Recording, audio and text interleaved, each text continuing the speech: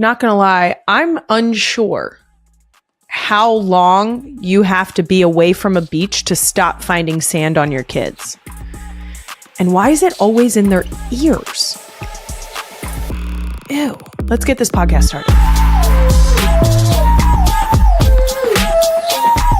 Welcome back to Not Gonna Lie, a Wave original brought to you by Toyota. Let's go places.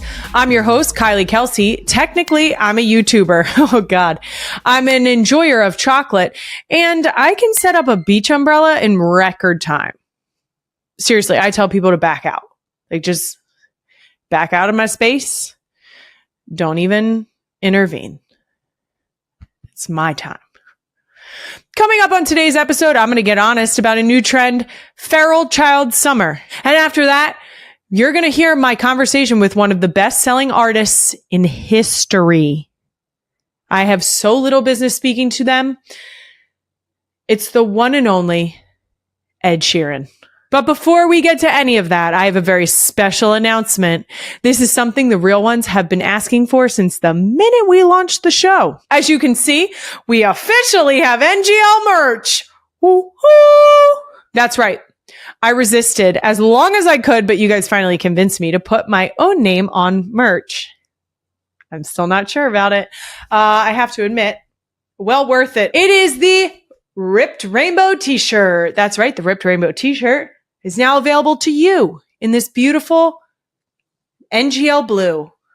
That's what we'll call it. I would just like to say that Ripped Rainbow, for those of you who don't know, is Wyatt's handiwork with Benny's Rip. Because why not rip up your sister's artwork? We also have the lovely, not gonna lie, blue crew neck. Then, there's more. Wait, there's more. We have it in white. Yes, this does go against all my beliefs, but you can wear this when you're not with your children. Don't wear it with your children. Don't do that. You'll never get to wear it again. Don't do that. You know, it'd be kind of fun though, if you do get a stain on it, just tie-dye it. Duh. There's also hats. Let's see. We got NGL in this cool light wash denim. Wait, we're not done. We're not done. This is the no business being here. I should wear this everywhere. Everywhere I go. I have no business being there. Okay. Everything is available to purchase right now at nglkylie.com. And if you just so happen to own the URL nglwithkylie.com, number one, smooth. Number two, fuck you. Number three, can I have it? Can I have it? Can I have it back? Can I have it? That's all. Check it out. Let us know what you think about what we are putting out. The first rollout at NGL with Kylie. And if you think we're missing something, let us know. Moving on to a brand new edition of Can I Be Honest? This week, can I be honest about feral child summer? Last summer was brat summer. I'm still not 100% sure what brat summer meant. I have to be totally transparent. Is getting pregnant brat? Was I brat last summer? What? Why was it green? Why was brat green? Was it just like the album? These are the things I think when I'm trying to keep up with the younger generation. It's not going great. This summer, there's a new trend I'm seeing on a lot of parent blogs, TikTok, local news. It's called feral child summer. What? According to an article from the Every Mom, feral child summer seems to refer to a parenting approach that encourages unstructured free play and outdoor time for children during the summer. Time for kids to reconnect with nature, family, often involves less screen time. Oh, stop reading it like that, Kylie. I'm fine. I'm a professional. No, I'm not. That's going to be in a blooper reel, isn't it? Two sides of this. I love the idea of feral child summer. I personally, when I was growing up, still remember playing Ghost in the Graveyard, Kick the Can, going out and playing those games in the neighborhood throughout the summer, specifically summer nights. We used to play it a lot. I currently will unleash my children into the backyard. We have a play set. I will unleash them onto the play set and just sort of like, if one of them ends up digging out a rock, have at it. If another one ends up climbing up the play set, having a whole pretend play situation or scenario made up, great. And I'm totally down for, I was always a bug hunt kid. If you weren't a bug hunt kid, I'm sorry you missed out on that. We had stepping stones in our yard growing up that I would go and flip over on my bug hunts to find the roly-polies, centipedes, earthworms. I loved that shit. I love it. I don't know that I've ever loved Queen Emma input during the episode as much as I love what she just typed into the rundown. Queen Emma said, and I quote, "That's where I found my worms for my pet turtles." I love it here so much. I love it. Guys, when I hype up Queen Emma, I mean every word. Perfection.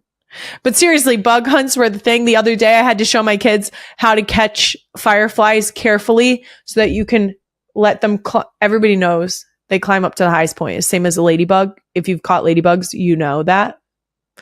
They climb. I can't wait for Brad to just speed this whole part up. Put it in like, it's and just me talking about. You can catch ladybugs or fireflies, also known as lightning bugs. They will climb up to the tippy top of your hand and fly away that way. And then you can trap them just long enough to see their first flash, because that's what you're going for. Obviously, we're looking for the first flash. You don't want to hold on to them for too long, because then they're going to... I was a bug hunt kid, if that wasn't clear. Guys, I pick up spiders in my house and take them outside. I love bugs. Hate mice. I don't use the word hate very often. Mice can fuck right off. And I mean that with my whole chest. My most feral child, I would just like to, for a very long time, thought for sure it was Elliot. No one was going to rival her. She was going to take home the title no matter who came along, because she achieved the utmost level of feral. And then Bennett turned 2. And that one is tactical and feral, which is more threatening. It's more threatening and concerning. She is the child who is licking surfaces. It's gross is what it is. And also she's constantly scheming. So that's kind of concerning. She will purposely do things when you've turned around, which seems fucked up. And that does it for Can I Be Honest? Moving on, let's get into Doom Scroll of the Week. As someone who is currently breastfeeding and often in situations where I need to do it in public settings, don't worry.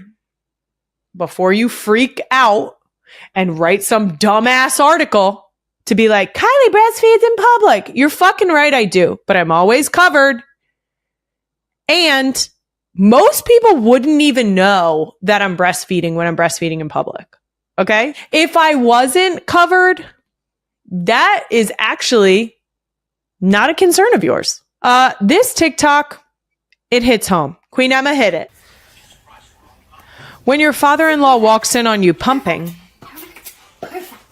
the idea of it being this person's father-in-law who rolls out, this applies to both Eds. If you don't know this already, I have a big Ed. Jason has a big Ed. Both of our dads are big Ed. Okay? My dad, in true big Ed fashion, dad joke through and through, says 2 Eds are better than 1. Okay, I'm just going to let him have his moment. Hardy har har. You're hilarious, Big Ed. Now, both of our Big Eds roll the hell out at the thought of Finn eating. Okay? Finn, a little fussy. Does she need to eat? All of a sudden, they disappear. It's like a flash. And suddenly, they disappear into thin air. Okay? My move is... And if you are a first-time mom, or you are not a mom yet, or you need some tips for a friend, I love the muslin blankets. I tie 2 of the corners together and I slip it over my head like a backwards cape. It's my fourth child. I feel like I have figured out how to stay completely covered. I don't know that over my 4 children so far, because there's still time with Finn, that I have nip slipped on a breastfeed. But on more than one occasion, someone will come in and I will be breastfeeding completely covered. And someone will be like, "Oh, I'm sorry." And I'm like, "I don't know what we're apologizing about. You actually haven't seen my boobs." So I will say it does help that I am a proud member of the Itty Bitty Titty Committee. And it's kind of hard to see a boob past a kid's head anyway. But I stay covered because that's my choice. That's my choice. It's not every woman's choice. And that's okay. Now, a lot of people don't know how to act when a woman is breastfeeding, literally anywhere in their vicinity. But as a mom currently doing it, I've got you covered with my official tips on how to behave when you're around a breastfeeding mother. Tip number 1, continue doing exactly what you were doing before mom started feeding her baby. This includes not saying any awkward shit or offering unsolicited commentary. Feeling free not to run away, remain seated if you were previously, not staring at her boobs, or even the opposite, blatantly staring up at the ceiling. Don't do that. You're making it weird. You're being weird. Act natural. If you are in the middle of eating a sandwich, doing a crossword, or spilling some great gossip, you're going to go ahead and keep doing those things. And that's it. That's my one tip. That's it. That's all you have to do. Be cool. Act like you've been there. Okay? Just be cool. Nothing's happening. It's not weird. It's not crazy. You might hear gulping. It's fine. We're fine. The same applies to a woman pumping. No matter how weird it is that it's going, meh, pss, meh, pss, meh, pss, meh, pss. It doesn't, you hear nothing. You see what I'm saying? Be cool, guys. And that does it for Doom Scroll of the Week. Ed Sheeran is coming up right after this Toyota minivan mini update. If you're a real one, there's a very high chance you saw my brand new commercial for the Toyota Sienna. It happened, guys. I'm a minivan mom, but now I've been driving it for a while. I've got a new favorite, highly underrated feature. I'm talking about the Sienna's fridge box. That's right. I've taken a couple of drives to the shore now, and it is hot out there. And you know what complements that? Ice cold waters right in the car. I don't have to pack a cooler. I just press the button. Cold water. I'm also a big fan of the vacuum. If anyone has had kids in their car, you know, snacks just appear. It's the strangest thing. I could have not fed them in an hour, and suddenly there's a pretzel falling out of their shirt. If you want to check out some of these features for yourself, I highly recommend going for a test drive at your local Toyota dealer. Plus, you can learn more about the Toyota Sienna at toyota.com/Sienna. He's the Grammy Award-winning, Diamond certified singer-songwriter behind some of the most popular songs ever, like in the history of music. I'm talking about bangers like Thinking Out Loud, Perfect, and Shape of You. He's also got a brand new album called Play coming out in September. He's part of the Girl Dad Club, and he's officially not gonna lie. Ed Sheeran, welcome to the show. How you doing? I'm so excited to have you. We were talking about your music before the show, and I feel so strongly that your music specifically reaches all the way through every age group, because we were talking to my mom about it the other day. I absolutely love it. And my girls just this morning were dancing to Sapphire. Oh, amazing. Thank you. Now, not going to lie, Ed, you are actually the first male guest on the show apart from my husband. I actually didn't know that. I feel honored. Thank you. I will say, I do think that if we were going to have another male guest on the show, that it's perfect that we made sure that it was a girl dad. And like you said yourself, you have 2 daughters. How old are they? 4 and 3. And how does it feel to have 2 girls? Like you said, you are outnumbered in your house, a lot of estrogen. I love it. Like, I really, really, really love it. I I didn't really have any expectation of. I think when you are having children, you're just like, I just would like children, and I didn't have Yes. any. I wasn't like, I want this, I want that. But when we first had our first daughter, it was like, I don't know, just something clicked, and I was like, I think I could have many, many, many daughters and be so fulfilled and happy. And I love having two. I love seeing them interact with each other and with Ches, and yeah, they're just great. They're just great. And also, like, my best mate has had two boys, and they live opposite us, and there is a stark difference between our two households. Isn't there? And they're exactly the same age, and we kind of like, we have all the same ethos and we hang out all the time, but the energy is different. It's funny when I compare notes with boy parents. And I always jokingly say, because people always come up to me and they're like, oh, I actually only have two boys, or I have three boys. And I'm like, we don't have that recipe. I've got nothing for you. And they'll be like, yeah, it's WWE in our household every day. And I'm like, every so often we get a little tussle here and there, or the girls get like into like a wrestling fit, but it's few and far between. Like, it's gentle play as well. Like my girls, like yesterday, they have like this stuffed bunny that they brush. It doesn't even really have hair, but they're just there brushing this stuffed bunny together at the hairdressers, and then I join the hairdressers, and then suddenly I've got a million clips in my hair. And my mate has had a son, he's like 18 months, and he came round and I cooked dinner for him and the girls, and I sort of turned around to start like doing the dishes, and then I turned back round and the house was destroyed by this one kid. It was amazing. Now, are your girls into anything in particular? Our girls are very into things like Frozen and this very stereotypical princess phase of life right now. Totally. Although we went through Paris a while ago, and we were like, let's take him to Disneyland Paris just because we're there, and they didn't really fuck with it. It was kind of interesting to see. Yeah, it was kind of interesting to see. I thought that they'd be like, but yeah, it was a cool realization, because I love Disney and I love Disney movies, but like I'm more into the music side of it. I love when they sing Moana tunes, like they're learning melodies and lyrics and rhymes through listening to Disney songs, because Disney music is top tier music in general. Like, it is just really, really well written music. So yeah, but the actual, like, I don't think they have signed into like the obsessiveness of it, which I quite like. They just really like the music, and I guess they'll watch the movies on. We take a lot of trains. My wife doesn't really fly, so we take a lot of trains, and they will watch, Toy Story 1 on a train and really dig that. But then that has amazing Randy Newman music in it as well. You should ride that train as long as you possibly can, because we got in a rotation of watching Frozen.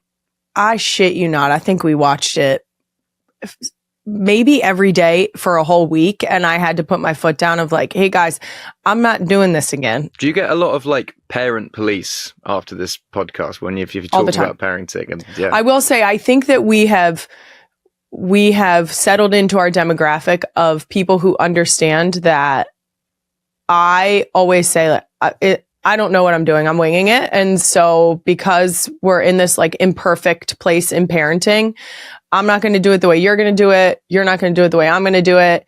And ultimately, that's how we end up with like these beautiful, unique little creatures. I was just saying, we just did fundraising events in the shore town that we live in the last couple of days. And on an episode recently, I discussed potty training, and specifically when you're supposed to stop wiping your kid's ass. And I had people walking up to me being like, you should have them stop wiping their ass as soon as possible. And I'm like, oh, I didn't want to have this conversation in person, actually. It's quite a wild first conversation to have with someone. And when I tell you I don't even know that one of the people even said hello. They just jumped right into it, and I was oh my God. Got it, okay. Yes. How are you finding like that sort of transition where everyone obviously knows you so well because they listen to you and they know your personality, but you would have people come up to you not saying hello and just coming with wild shit like that? Is that like an odd transition? Odd is the gentlest way to put it. Do you still live in the same place that you've lived in all this time? Yes. Yeah. We Same community, same friends, same everything sort of thing. yes. So I grew up in the Philadelphia area, and luckily my husband had already fallen in love with Philadelphia before we met, because he was playing here for, I think it was like 4 years before we had even met.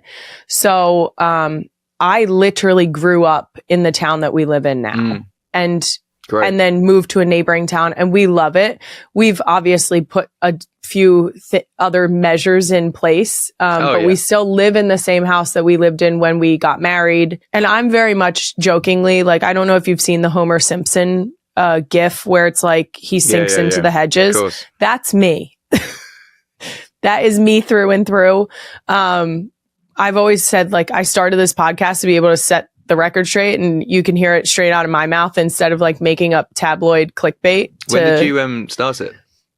Just this past November we started. Oh wow. We kicked it off. So well, congratulations. I mean, it's thank you. Amazingly done. No, it's been so much fun, and I've gotten to talk to so many incredible people. I joke around, like I'm half serious, half kidding, but I have no business talking to you, or most of the guests that I've had on have been like these, like, just massive names, and people who I've admired or looked up to. And even just sort of like tapping into the things that have interested me, and then getting to speak to people and learn more about the things that I've been interested for a long time, and getting to learn alongside with the listeners is really, really fun. It's been exhilarating. But still, I think I have no business doing this or having this platform. So we're just winging it. I think that's most people with success will be like, I don't really know. I thought that for the first like few years of my career. I was just like, I'm pretty sure this is going to end at some point, and I should just enjoy it while it's here. And I've kind of been doing that now for 15 years, of being like, eventually. I hate to break it to you, Ed. I don't think the other shoe is going to drop. I think you're just riding this one to the end. I very much am in the camp of like, this has to calm down, right? I don't think it will. I don't think it will. I think that you're obviously like an incredibly likable person, and I think people have obviously connected to you and are interested in hearing points of view, and I think that's a good thing. I appreciate it. It doesn't happen. It doesn't happen by accident. I always say, when people are like, "Oh, it's so lucky," luck is when preparation meets opportunity, and you were obviously like prepared for the opportunity when it presented itself, and here we are. That's very sweet. Thank you. I'd love to circle back to your music. Right. If we can. You have your brand new album, Play, coming out in September. Do you ever play new music for your wife and kids for their feedback? 100%. Yeah, 100%. I think that it's like Cherry can kill a song. I'm actually really careful to play her songs when she's in a good mood.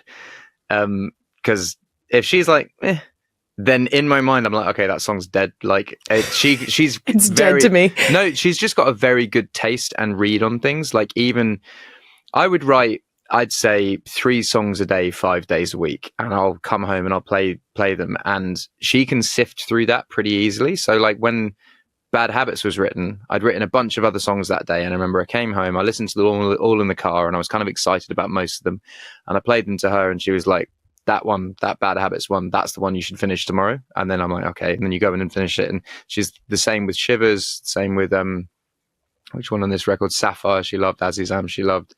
Like, yeah, she's got a very good read on stuff. And also I think the kids are a good read on things as well. Even old catalog stuff, because when I'm away doing shows, Cherry will play I have brought out like a compilation record in September last year, which has all the hits of mathematics on it, and when I'm away, she'll play my songs to them to kind of like, I don't know, introduce the music to them slowly. And it's interesting, the ones that they like gravitate towards, and it's definitely the ones that are like that all kids have gravitated towards. I guess there's like a certain DNA in songs, I think. That's awesome. Is there one song that your daughters lock in on and that they absolutely love? Sapphire. And Sapphire from the beginning, like they came to India when I made that record, and they were in the studio whilst we were putting like all the tablas and Santauris and like, they were there. watching all of that happen. And I think because it's just Sapphire, and I don't know, they know most of the lyrics of that song now. It's funny, when I put it on this morning, our 2-year-old, she's ridiculous and delightfully opinionated, looked at my dad and went, "This is my favorite song." Good. And we were like, she's heard it a few times, but it was funny that she specifically, like, that one she locked in on. So I'm glad she's has similar taste. I also think at a certain point, like, you lose the kids at a certain point. Like, when you, like, I'm sure when I'm 50, 2-year-olds aren't going to be like, "That's my song," you know, like it's so I'm glad that like kids are still like into the music that I'm making, because hopefully those kids, when they grow up, will want to come to a show and discover all the other music, you know. That's what I really love about touring, is you see the multi-generation family come to a gig, and we've like purposefully make our tickets like not really expensive, so you can come as a family. I've always said, like, I want full families to come. So like, my dad took me to shows as a kid, and it's such a lovely bonding experience watching music that he's into as his son, and then getting into that music and blah blah blah. And then I never really wanted to like for it just to be like one certain demographic of people. Now, you've been performing all around the world for years. I do have to ask, because I have a terrible bias here, but where does Philadelphia land on your list of favorite cities to perform in? It's loud. It's very, very loud. You got a big screen. I remember when we played there 2023, it was one of the loudest, and there was a bit of a cheat code on it, but Detroit, and we brought on Eminem, and that was the loudest I've ever heard a crowd, like anywhere in the world. Like, there's never been a louder crowd than that. But I will say it was because I brought Eminem on stage in Detroit. Like, that's the cheat code. You cracked it right there. You nailed that. Who would be the cheat code in Philly? I mean, I think Taylor, just because it's home. Yeah. I kind of think Taylor anywhere though. Yeah, true. I was thinking when I did when that Eminem thing happened, I was like, what would be the loudest crowd? And I was thinking that if One Direction had reformed somewhere in South America for like, if Harry was doing a show or whatever and they all went on stage, like I was like, I think that would hit it the hardest. Actually, do you know what? Do you know who amazing reaction was? Macklemore in Seattle. It was insane. Brought him on to do "Can't Hold Us," which obviously was their song when they won the Super Bowl, and that was almost as mental as Eminem. Like, it was huge. There are artists that I have seen go on tour or announce some tour dates and locations, and I'll go on to see where they're going, and they sort of do like a curve right away from like the Northeast. And I'm like, oh, but I would like you to come here. I don't think I've ever not played Philly. I'm always, I love it. That's very sweet. I like that. Yeah. Like I said, extremely biased, and I own it. Also, that's what I like about Philly in general, is the like pride there. It's kind of like, what I love about it is it's basically like, fuck everyone else. Like, it's us. We are it. And I felt that in Detroit as well. There's a real like, this is us. It's like gritty. Like, you get us as you get us. If you don't like it, fuck off. Yeah. It's really simple. But the good thing is that we... Super friendly, though. Like, you are very welcoming. I feel always very welcome. Because if you're with us, you're with us. Yeah. And we'll ride with you. But and I find it's really easy to amp a crowd up in Philly, because I'll just be like, oh, I was just in New York and they were louder than you. And then people don't like that. Can't let that happen. Can't let that happen. If you ever really want to get them, just say like, someone tried to tell me to be a Dallas fan and I told them to fuck off. So why Dallas? Like, Dallas isn't near you. Why Dallas? They are in the NFC East with us. Right. And it just so happens that they're our biggest rival. I think it fits perfectly because, like you're saying, Philly is so passionate about like, we'll ride together. And Dallas has made themselves into like the idea of being America's team. Interesting. Which I have to vehemently disagree with. But I always like, we'll meet people who are Giants fans who are also in the NFC East, so the same conference. And it's funny because I will tell them, they'll be like, I'm so sorry, I'm a Giants fan. I'm like, oh, well, at least we can agree. Fuck Dallas. And it's like a very good bonding moment, honestly. Have you gotten into American football at all? I know you spent a lot of time in the US. I'm a Titans fan from when I moved to Nashville for Taylor's Red Tour in 2013.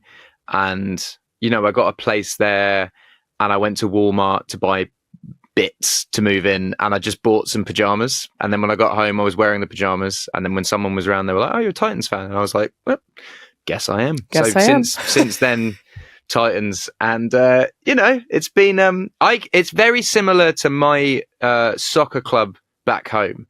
You know, they're always the bridesmaid. No, actually, I wouldn't even say they're the bridesmaid. I'd say they're kind of like they're invited Flower to girl. They're invited to the wedding. Oh, They're there, okay. You know, got it. But I do think what's lovely about the NFL is like anything can happen because of the like first draft stuff. Like I remember watching my only experience of the NFL when I was a child was Homer Simpson wanting to buy the Dallas Cowboys, and he got given the Denver Broncos. And I remember him being like, oh, the Denver Broncos. And then the Denver Broncos won the Super Bowl. And I was like, I thought they were meant to not be a good team. The Simpsons told me, you know, I go based on Simpsons facts. I would like the Lions to win it first, though. I feel like Detroit are like on the edge of greatness. So I'd like them. They turned it around massively recently. Yeah, but I'd like them to win it first. Okay. Yeah. And it's like Eagles are somewhere in there. You just won it. Like, give it a rest. You've won it. And you won it a couple of years ago as well. Like we did win it a couple of years. You're good, but that was the first one ever. I know. But you know, like my team. Well, we just got relegated from the Premier League into the Championship. But if we won the Premier League, I'm dining out on that for the rest of my life.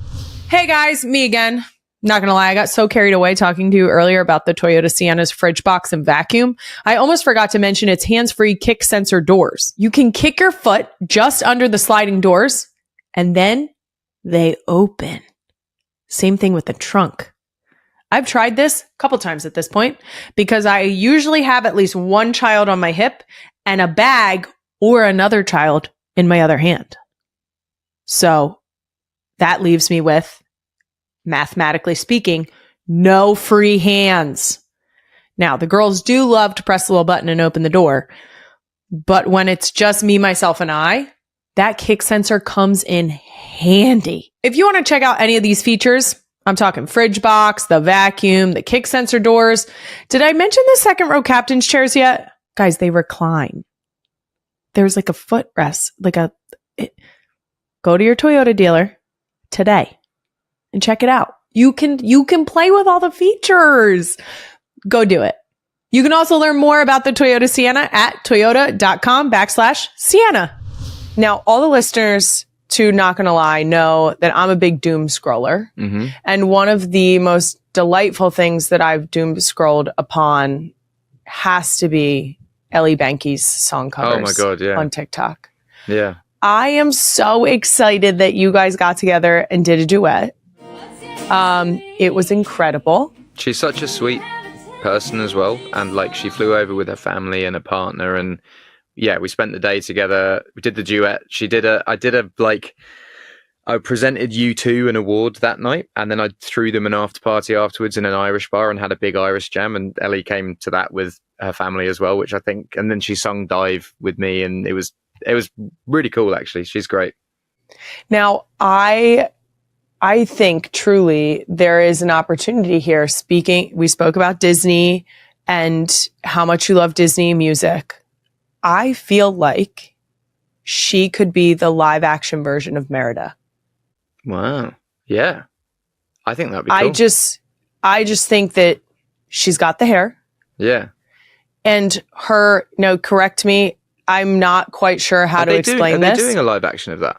No, but I'm saying they need to get it rolling and they need to cast her. I'm just saying, I think she should have one foot in the door on an audition. That would be insane.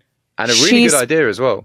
She specifically she sings one of the tracks from Brave, which I think is an underrated soundtrack. She sings one of the songs. Brilliant movie. It's so beautiful. What I like about that movie as well is they didn't make a sequel. It is just perfect as is left. Yes. That's the story. That's the music done. Yes, I agree. I just think that her, like you again, correct me if I'm wrong in the way that I describe this, or you can give me the proper terms here. But the clarity when she sings, I love when people have like a little bit of like rasp or like something, but the clarity when she sings is so clean.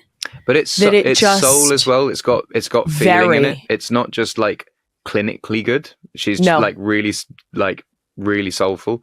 Yeah, she's a really supreme talent, and I'm really happy to have met her and worked with her. It was beautiful, and the duet was, I mean, exactly what we all wanted. So I think I speak for everyone that commented on that TikTok to be like, this is what I love about the internet, is it makes stuff so possible and accessible, and you can kind of reach anyone with anything. Like, people power is like a real thing at the moment. Now, obviously, that was a beautiful duet.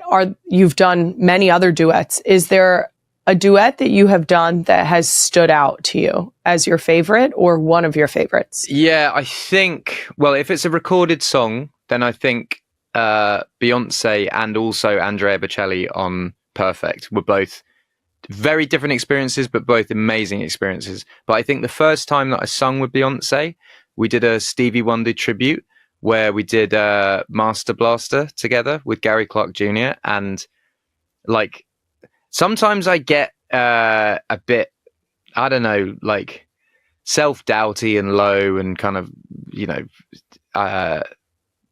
I think being like, oh, is my career on the downward slope or blah, blah, blah. And that is a video that I'll go to and watch and be like, but that was pretty cool. Like, no one can take that away from me. That's like one of those videos that I'll always go back to like remind myself that I've done some pretty fun stuff. And again, another one would be like bringing Eminem on in Detroit. That's like another one. If I need a little like, you were right, we've done some cool shit. Like, yeah.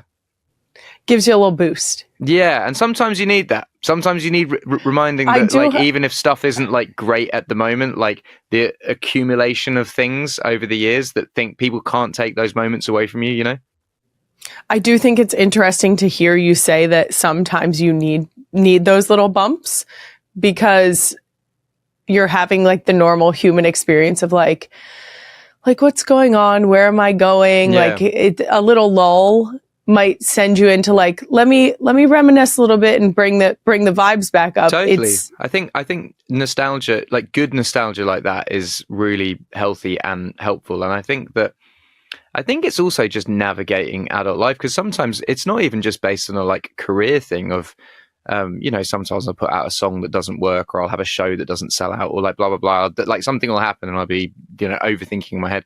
But it's not just that. I think it's just being a parent and then wondering how much I should be working and how much I should be at home. And then when you're at home too much, you're like, oh, should I be working more? It's like a constant balance of like, what is the right thing to do? And I want my kids to know the value of hard work, but not at the detriment of me not being there. And it's kind of like a balance of, I don't know. My husband and I have had that conversation a lot. Specifically because when he retired from football, we knew his schedule in football. It was a set schedule. Yeah. He was home at a certain time each day of the week. And now that he's retired, he took on a lot of things. He's been sort of figuring out exactly where he wants to put his energy in. And it's interesting because this will be the most busy time of his life, figuring out what he wants to do. And then it'll settle again into a rhythm and a groove. But definitely, like, I can imagine being a professional sportsman his whole life, and then that ends, and then you go, fuck, well, what is the next thing? And then you have to try many different things, then find out what the next thing is. Like, yeah, it must be a real mindfuck. He has that same dilemma, and we've had the conversation a number of times of like, well, in an effort to find what that next thing is, or what those next few things are, at what cost, right? Like, at what time do you say, like, yes, I'm showing my kids hard work, determination, all of those things, and modeling it. But then at the same time, making sure that balance of like that you're home and that you're there to color and that you're there in the morning to get their day started. I would say that a couple of Super Bowls in a trophy at home probably do that as well. Like, and I find that as well, looking at my career, like the accumulation of all the things that I've done. Sometimes I'm like, oh, actually, like I'm striving to be like, I got to show them this, got to show them, when actually like it's kind of all there already. And maybe it's like you work 40% less, you're home a bit more, and yeah, we'll figure it out. I don't think we will, but I think that's fine. I think that's fine. I'm going to keep telling myself we'll figure it out. Parenthood is basically figuring it out until they've left home, and then you go, oh, that's that. Yep. Yeah. Well, we did it. Good luck. Now, there's something else that I've been very excited to talk to you about. I didn't even realize that we had in common, but I did hear you say that Love Actually is one of your top 3 favorite movies of all time. Is that correct? Yeah. I actually, like, I love good stuff that's popular. Like, I like it. I think Titanic's a great film. I think Love Actually is great. I don't subscribe to this thing when people are like, hey, who are your favorite artists? And they'll go, oh, well, this person with like 20 plays. Then it's actually like, who is actually your favorite artist? What is actually your favorite film? Love Actually is on every single Christmas in our household. So it's got to be one of my favorite. It has to be. I watch it once a year. There's no other film that I watch once a year. My husband and brother-in-law are, they had to watch it for the other podcast, and they shit on it so hard. Jason specifically, really, he didn't see what we see in it, I think. I don't know what to say to you. He tried to say that because in the storylines that it's like all of these people, it's not like good, clean family holiday movie, right? Like it's like these different scandals and stuff. And I'm like, it's different shades of love and betrayal and hurt and heartache. It's love isn't just happiness. Love is all of those things. Yes, mate, tell him that movie is, I just think, perfect. And also the guy that made that movie wrote Yesterday, that movie that I was in, and lives in the village that I live in. I see him all the time, and he said that movie was originally seen and then seen and then seen and then seen, as in like it wasn't all jumbled up, and yes. then they didn't really know how to do it, and then they just chopped it up and put it in different orders, and then that's what then. But originally it was just 7 different stories, one after the other, which is kind of mad, right? Well, they absolutely nailed it. They nailed when they chopped it up. What's your favorite storyline? Yeah, that's hard. Colin Firth writing the book. Honestly, and then he learns the language at the end. How did you know that's right? It's the most romantic one. It's great. When they're sitting in the car and they're like both speaking in their own languages. Yeah. And he's so uncomfortable about it. And she's just like, sort of like, this is ridiculous. Like you can feel how she's like, why are you freaking? Like, why are you being so weird? And he's like, doesn't know what to say. And then he tries to, it's just great. Oh, I love it. It's so great. Hey, did you watch About Time? Did you see that one? I have not. That's another one. Is that one? Yeah. So Richard Curtis, who did Four Weddings and a Funeral, Notting Hill, Love Actually, he did this film called About Time, which is heartbreaking. Like lovely, but heartbreaking. About Time. Yeah. It's a guy that can basically like travel back in time. And he re-meets his wife all over and over and again. He spends time with his dad all over and over again. It's really, really heartwarmingly heartbreaking. Okay, maybe I can get Jason to buy into that one. I'll try. All right. It's good. The last question I have for you is usually a question I ask my fellow mom guests, but I'm excited to get the dad version. What is the best piece of fatherhood advice that you have ever received? Oh my God. I don't know, really. Is there any go-to advice that you give to first-time dads? I just think always be the one that makes the breakfast in the morning. Always be the one that gets up first and let your partner have a lie-in and do the breakfast. Because also that's the time of the day that your kids are the least angry, because they're rested and they wake up and it's fun and you do all the morning tasks, putting away all the washing up from the day before, and then you make the breakfast and you eat the breakfast. And it's also like an act of kindness, service, whatever, because your partner gets to have a lie-in, but also then you get the golden moments in the morning when your kids are like calm and happy. And aren't they just the best in the morning? I Yeah. say it all the time. They're their best selves in the morning. yeah. They're like sweet and cuddly, and And their also, voices like, are like They gentle and want to not help out screaming. as well. So I'm like Yes. handing them plates and they're putting the plates away. And I'm like, you're making my job easier. And also we're like spending time together. And Yep. yeah. So yeah, I'd say always do the morning shift. Like I actually love the morning shift and the evening shift, reading 40 different stories and having someone like fall asleep on your shoulder is actually really lovely. Oh yeah, Jason is very much the book reader, because right now I'm running around sort of picking up at night and then taking care of our youngest because she's 3 months old. So we're still very much attached. Whoa, you're in the trenches. We Fucking are. hell. So he, especially recently, the girls will like, maybe one more. And then So I when check you, in when like, you said at the beginning, you were like, I'm running on not a lot of sleep. I get it Yes. now. I get Yep. it. Yeah. Yep. I always like to give the warning. But yeah, we're very much in the trenches, and Jason gets talked into like book after book after book. And every so often I'll just be like, I'll hear him from the other room and I get to listen to him reading the stories and the girls' reactions.